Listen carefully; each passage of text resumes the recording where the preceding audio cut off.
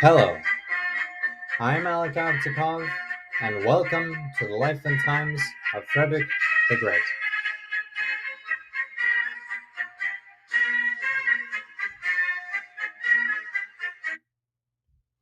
Welcome to the new year, everyone.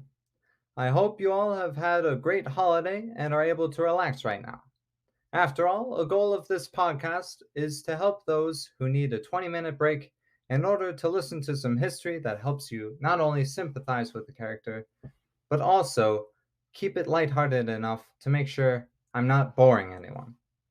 However, none of this would be possible if nobody listened to this, so I would like to say thank you for all the support you all have given me, and thank you for everything you have done for me. If you want to support me further, give me some honest feedback by either giving me a review or a comment wherever you listen from. Feel free to follow my Instagram using the link in the description. Or if you want to use good old email, ask me questions there. With my personal introduction out of the way, let's get into the meat of the episode, which is honestly fairly controversial, but needs to be talked about if we are discussing Frederick the Great. As a disclaimer, homosexuality is a fairly combative topic depending on where you are from, and I do not necessarily feel equipped to talk about this subject. So, if you all feel free, there are things I could have added or done without, please let me know. There are multiple podcasts and YouTube videos that already go into detail about Frederick the Great's sexuality, such as Queer as Facts podcast, Bad Gays podcast, and of course, Emperor Tiger Star's video about Europe's gay king. All of these will be linked in the description, and I recommend them all. We will also be talking about Frederick's time at Rheinsburg. What is Rheinsburg, you may ask? Well, I will get to that during the course of the podcast. But first, we must go way back in time to remind you what happened back in August in the episode Katte and Mouse. So, if you don't remember that far back, please listen to that episode right now.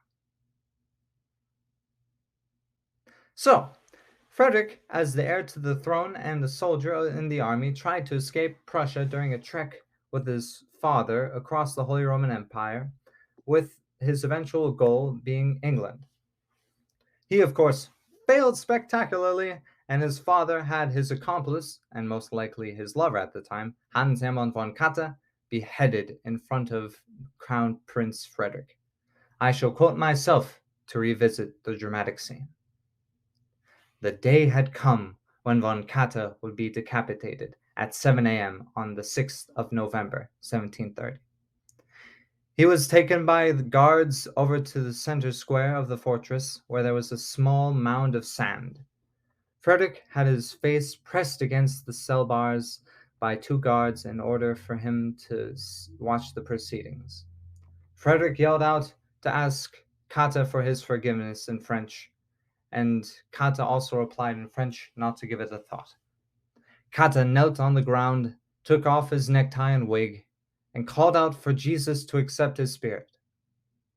Frederick's first love was about to be executed, and Frederick tried to free himself from the guards and somehow reach von Katte, but it was too late. The axe was raised in the air, and with the single sharp thud, Hans Hermann von Katte was no more. At that very moment, Frederick fainted. After that moment of his life, Frederick was no longer the same person he was. He realized that nothing, even his own death, was worse than what his father had done to him and to Katte.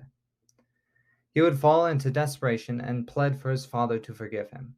At Kistler prison, 2 weeks after the execution in November of 1730, Frederick threw himself at the feet of Frederick Wilhelm. Frederick swore allegiance to the king, according to Tim Blanning's biography of Frederick the Great, as, quote, as a servant, subject, and son. 2 days later, he began what David Fraser's biography of Frederick the Great called, quote, a rigorous regime. Frederick would now be training for how to be a ruler. At Küstrin, he learned what it meant to keep his finances in order. He would learn everything that was to be known about administration. He would ride out to farms and ask about the situation there. Once he came back, he was put under house arrest once again. Frederick would then listen to religious sermons that would last up to 4 hours. Keep in mind that Frederick did not believe in Christianity. And here's a quote from him of the subject. In Frederick's political testament of 1768, he wrote that Christianity is, quote, an old metaphysical fiction stuffed with miracles, contradictions, and absurdities, which was spawned in the fevered imaginations of the Orientals and then spread to our Europe, where some fanatics espoused it, some intriguers pretended to be convinced by it, and some imbeciles actually believed it. Essentially, Frederick believes that Christianity is poppycock. However, by that point in time in 1768, Frederick had the freedom to voice his opinions, whereas in 1730 through 1731, Frederick was firmly under Frederick Wilhelm's thumb. He was no longer that sly fox that we saw when he was growing up. He had to genuinely act as if he cared about being devoted to his father's wishes. Essentially, he finally became what his father always wanted, a puppet. Frederick now had a full plate and could no longer read all the books he wanted, being limited to a list that was approved by his father. He would also sit in on War and Domains board meetings, where he sat at a lower level table. And if you ask why he was humiliated in such a way, it was his father. He arranged the whole thing. Speaking of humiliation, there was one time that Frederick Wilhelm visited Küstrin where Frederick was staying. When Frederick entered the room, he threw himself at his father's feet. This was when things got bad. Frederick Wilhelm went on a tirade when he yelled at Frederick, saying that if Frederick's plan to escape had succeeded, his father would have locked Frederick's mother and sisters in, quote, where never again they would have seen the sun or the moon. The whole thing ended with Frederick kissing his father's feet. Nasty. There was one last humiliation that Frederick had to endure: marriage with Elizabeth Christine of Bevern. Frederick's mother hated that idea because she felt Elizabeth was far too low of nobility for Frederick to marry. According to Tim Blanning's book on Frederick the Great, Frederick's mother described Elizabeth as a, quote, silly goose and a bad tempered bigot with a deformed hip. As far as insults go, the next one is a doozy. Frederick's sister, Wilhelmina, said that Elizabeth was, quote, as thick as two planks and completely uneducated. Heaven knows how my brother is going to put up with such a pipsqueak. Even Frederick Wilhelm had something to say when he called her, quote, neither ugly nor beautiful. During the engagement ceremony, Crown Prince Frederick was seen to have cried. Most likely not tears of joy. This then leads us to Frederick's sexuality. In order for us to understand Frederick the Great's sexuality, we must first understand the history of the term homosexual.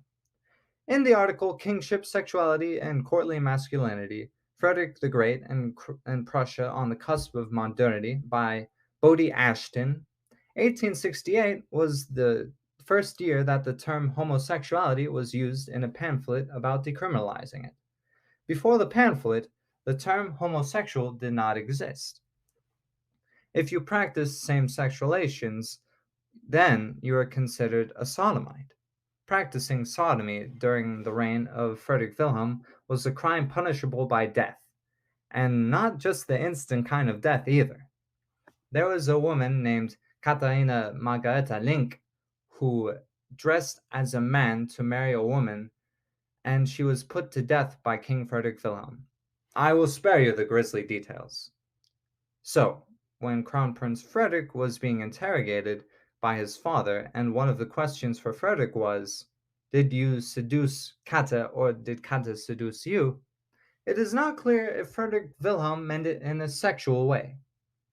So, to sum up what I just said, essentially homosexuality wasn't a term until the 1800s, and sodomy is the act of what we would call today homosexual relations. Let me give some context why I won't use the term homosexual when I describe Frederick the Great's sexuality. The actual term homosexual was not used until after the United States Civil War.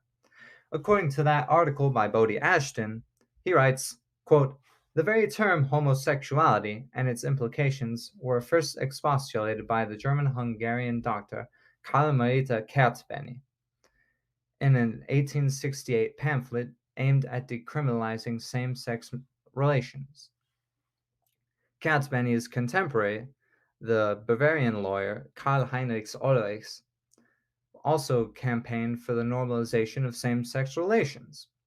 Unlike Katzbeny, who saw homosexuality as a biological imperative, Ulrichs saw his own same sex desires as a deeply ingrained question of identity, significantly more complex than simply, as Katzbeny would understand it in 1868, the act of members of one gender sexually desiring members of the same gender.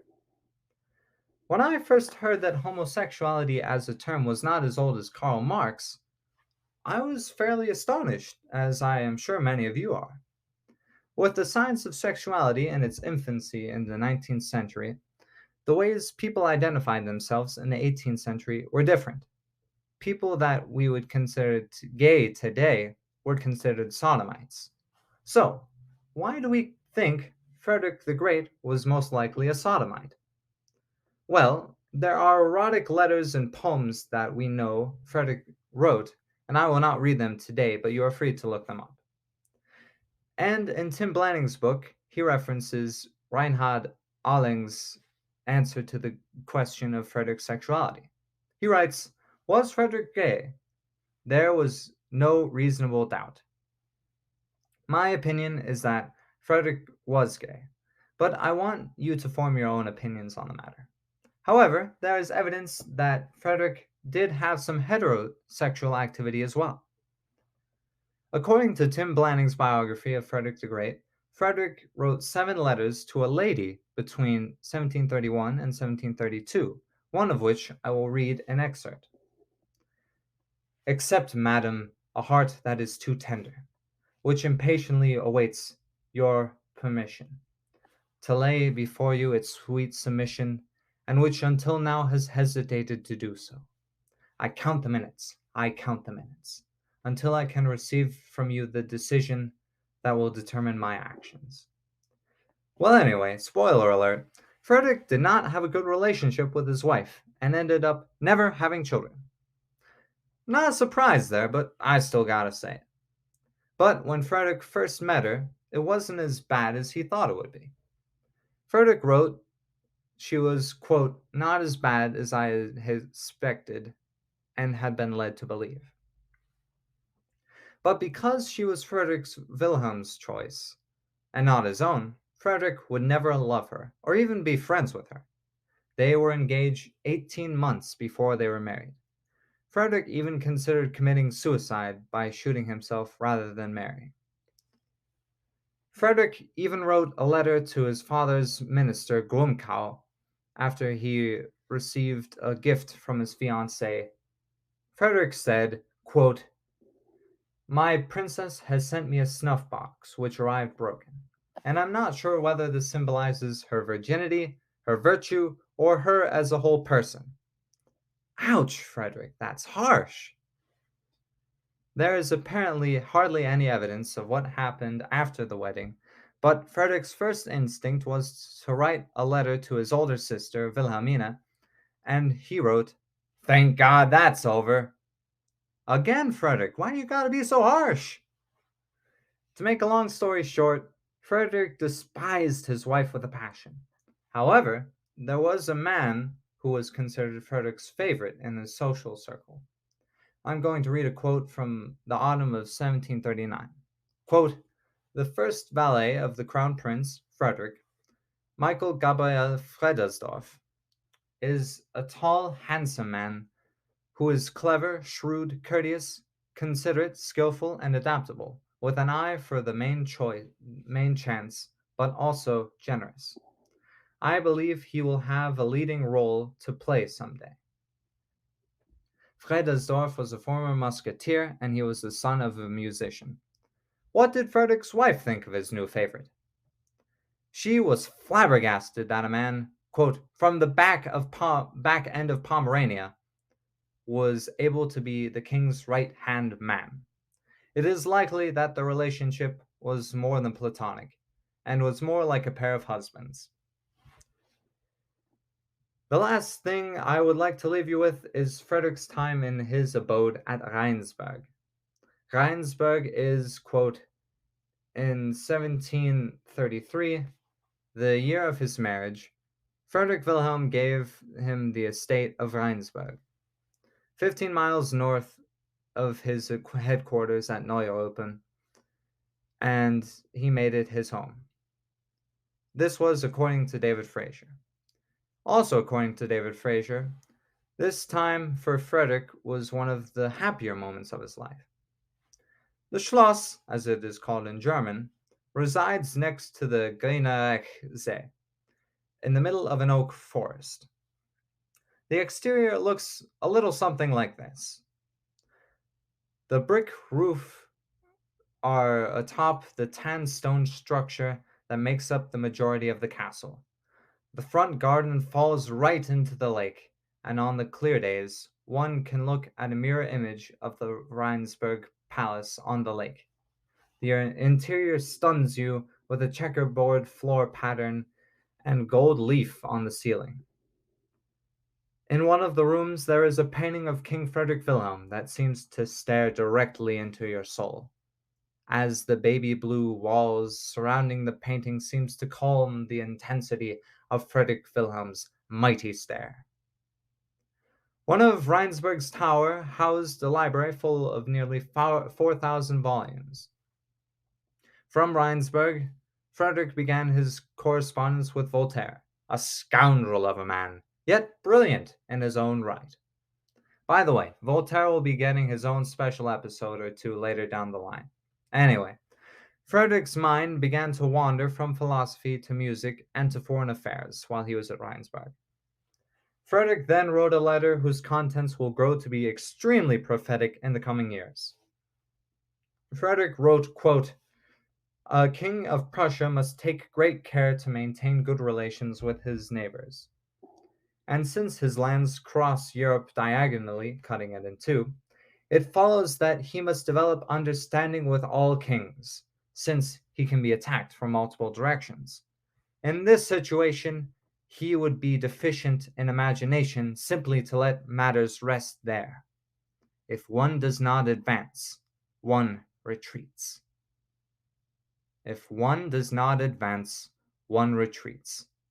Think of that the next time you don't feel like working out at the gym you haven't been to in months. Huh?